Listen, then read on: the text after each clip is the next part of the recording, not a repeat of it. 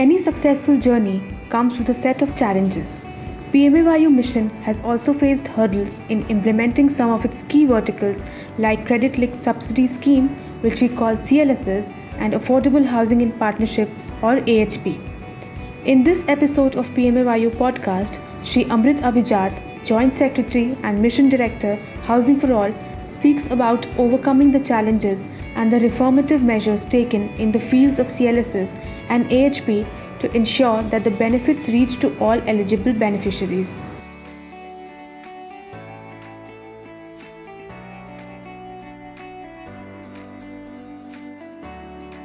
Namaskar, I am Subhashish Das, Director, Ministry of Housing and Urban Affairs. I welcome you all to this podcast on Pradhan Mantri Awas Yojana Urban. We'll have with us esteemed guests, Shri Amrit Abhijat. He is the Joint Secretary and Mission Director for this mission. We have completed almost 6 years of this mission, and we'll have a detailed discussion on various issues of this mission. So let us begin. Very welcome to you, sir. Sir, you have introduced CLSS for MIG also, Middle Income Group, in 2017. So, how was the performance and what actually led to starting the sub-scheme? The scheme was announced around the time the demonetization was taking place.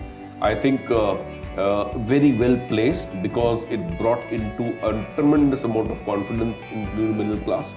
Also that insofar as housing is concerned, we've always concentrated as a country on the EWS, on the BPL, and despite the fact that the middle class contributes so much to the growth of the Indian economy, and particularly the urban sector, they were always within the periphery of these schemes and perhaps never benefited in a direct way.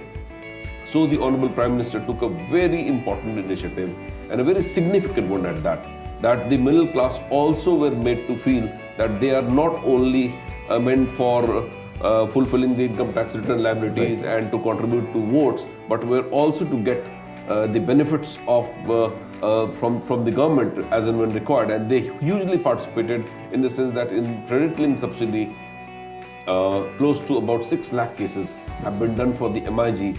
And more importantly, this takes into account doctors, engineers, LIC agents, auto wallahs, computer wallahs, you name it, and all kinds of professions. In fact, we are compiling a database as to how many types of professions have been benefited across the sector, how many skills have we supported through the housing, and they are actually the people who propel our economy in a very big way, and for them to be provided a house is a very, very significant intervention into their welfare.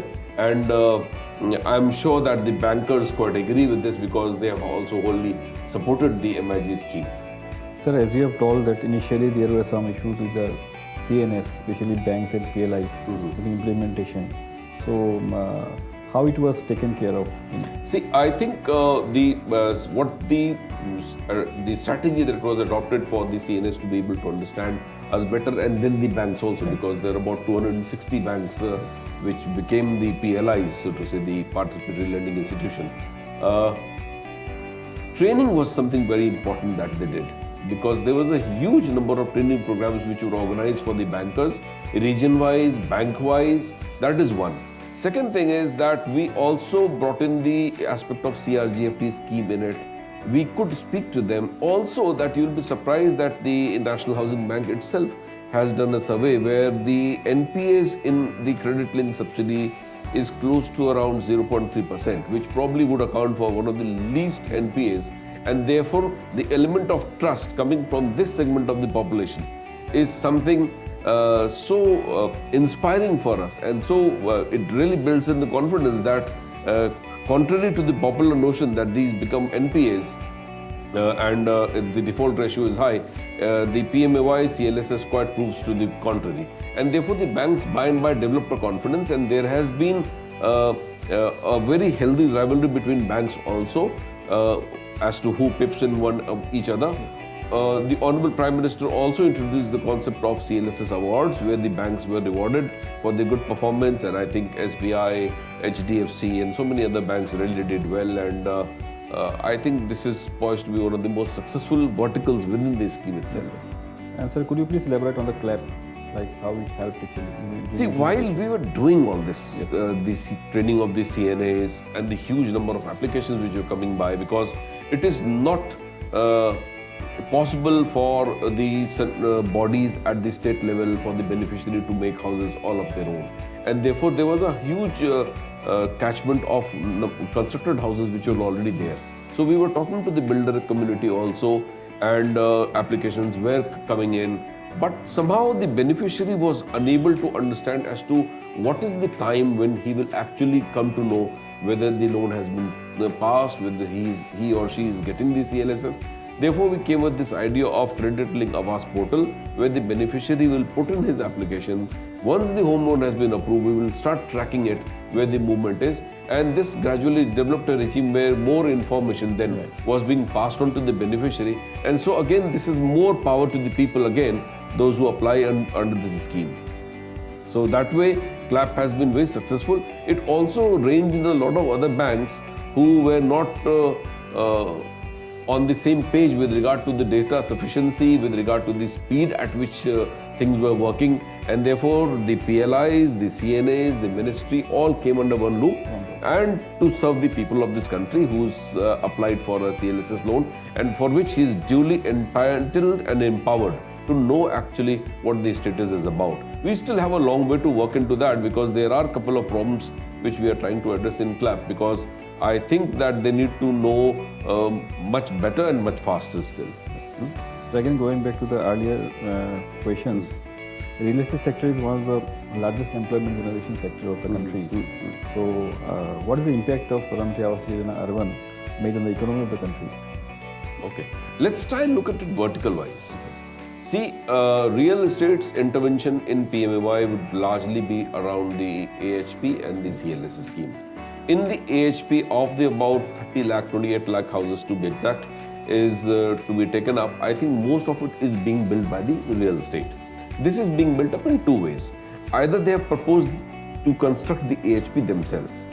So they come up with a project, the state government puts it forward, the state government passes it, and it comes to the center and we fund it.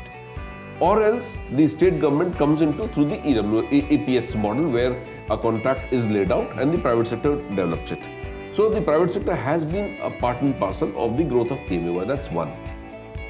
I think that in the AHP vertical, western states, particularly that of Gujarat, Maharashtra, Karnataka, Andhra also, and now Telangana and Madhya Pradesh, now UP also have done very well. Insofar as the credit link subsidy is concerned, I think most of the houses, out of the about 18 lakh houses, I think 90% plus houses have come in from the private sector. And in that sense, during the period of recession and the way the economy was going for the past 2 years, PMAY has strengthened the private sector in a sense that almost close to 16, 17 lakh houses from within the private sector has gone under PMAY, therefore supported by the government. So the private sector has really benefited, number one, in terms of clearing the backlog of the houses that they had probably in Noida Extension, in close to Bangalore areas, Maharashtra, Mumbai, Thane region and all that. Also, that it redefined the entire architecture around which houses were being made.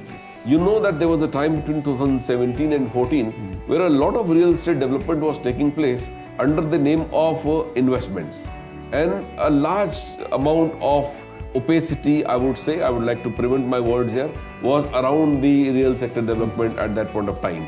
After the RERA came in, we saw a huge change in terms of transparency, in terms of the opacity going at entirely, and an escrow account and a dedicated account and a time period, and an overall regime started following up.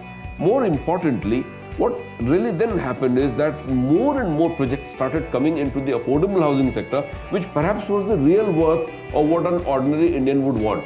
And money was not being pumped in from the outside. So real money started coming, real escrow accounts came in, and builders were very happy to make affordable houses for Indians, and therefore it is not only under PMAY, but housing as such was defined by this act itself, because houses normally in any ordinary city in India would come for about anywhere between 50 and 70 lakhs. So that was the thing, and the demand of houses from that segment of 1.2 crore and 1.5 crore came down, and this is what we call that there was a correction in demand, there was a correction in the manner in which houses was being looked after, and more projects under affordable housing came up.